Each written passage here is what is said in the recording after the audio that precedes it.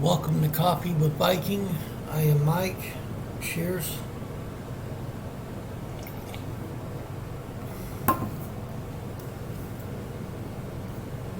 Explaining Christianity to strangers.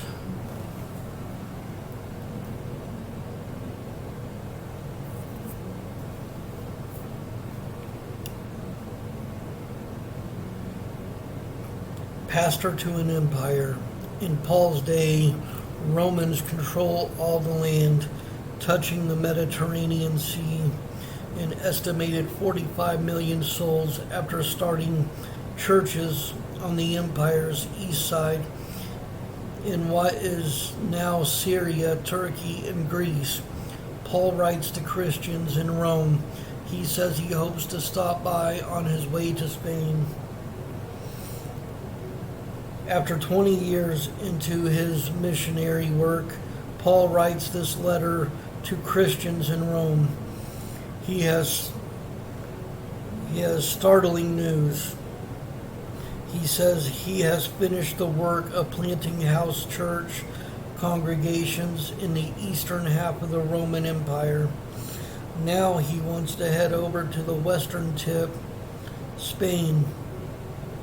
Paul says he hopes to stop in Rome along the way to meet the Christians there, enjoy their fellowship, and invite them to provide for my journey, which would be found in Romans 15:24. Yep, he's asking for money. It's a missionary offering for himself, fundraising with Suave.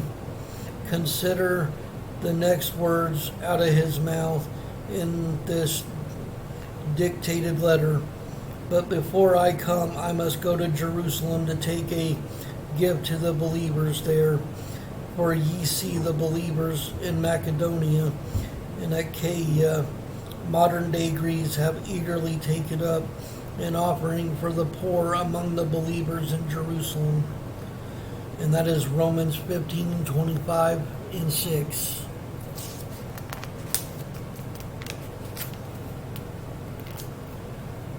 Paul is making a point. He's not just a taker, he's a giver. He does good things with the money he raises. Like with most churches that would pass around the offering plate for tithes and offering. Now some of them we all know are extremely greedy and take it for themselves.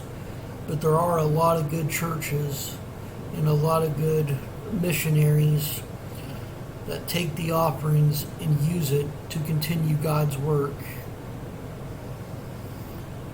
The Greeks eagerly gave to Paul's cause, and he expects the Christians in Rome to do the same. Paul has never been to Rome, but he knows that his reputation precedes him. His chosen notes show that he has a lot of friends. There's more than 24, including former ministry associates, people converted under his ministry, some who spent jail time with him, and one couple who risked their lives for him. Still, he feels the need to introduce himself and tell the Christians in Rome exactly what he believes and why. In the process, Paul produces Christianity's first theology textbook, one that many Bible experts say in history's most concise, eloquent statement of the Christian faith. Even today, many Bible experts say that the best introduction to Christianity is to read someone else's mail, Paul's letter to Rome.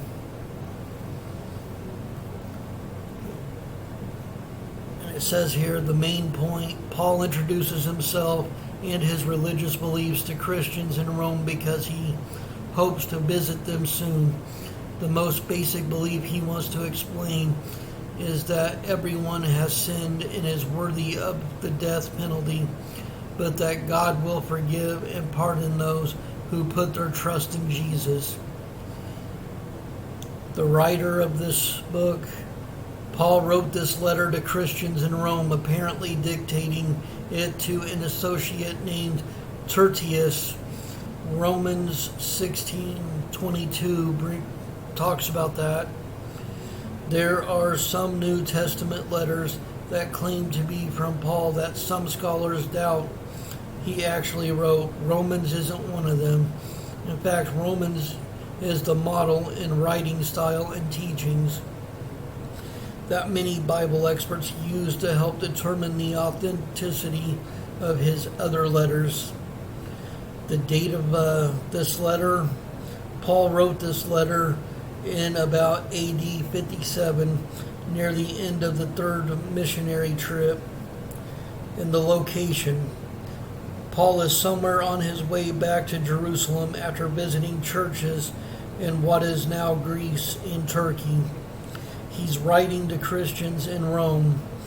If he wrote from Corinth, as many experts say is likely, he probably had Phoebe deliver the letter. She was from Cenchrea, a city neighboring Corinth, and she was headed to Rome.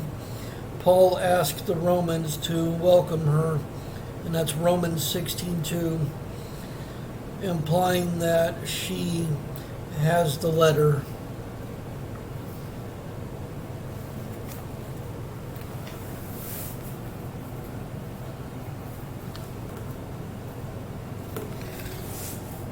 I love you all. Stay blessed. Stay caffeinated.